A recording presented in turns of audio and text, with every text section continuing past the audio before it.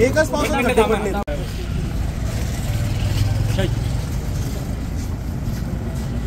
काय पुढेच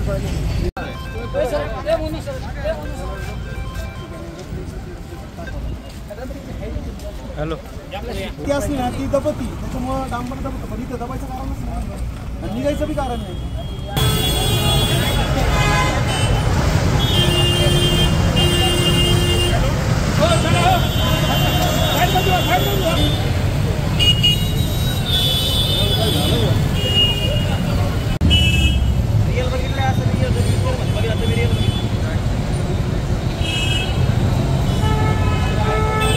हा पूल सुरू झाल्यापासून या आतापर्यंत 5 घटना घडलेल्या आहेत। तशा छोट्या छोट्या अनेक घटना घडलेल्या आहेत, पण बऱ्याच घटनांमध्ये डायरेक्ट त्यामध्ये मृत्युमुखीच पडलेले आहेत। कालची टॅम्पोस डायरेक्ट खाली जातो म्हणजे ही घटना सुद्धा एकदम भयानक घटना आहे। म्हणजे एक मोटरसायकलवाला एक कार्यकर्ता त्या धडकल्यानंतर तो सुद्धा खाली पडला होता। अशा वारंवार घटना होत असतात।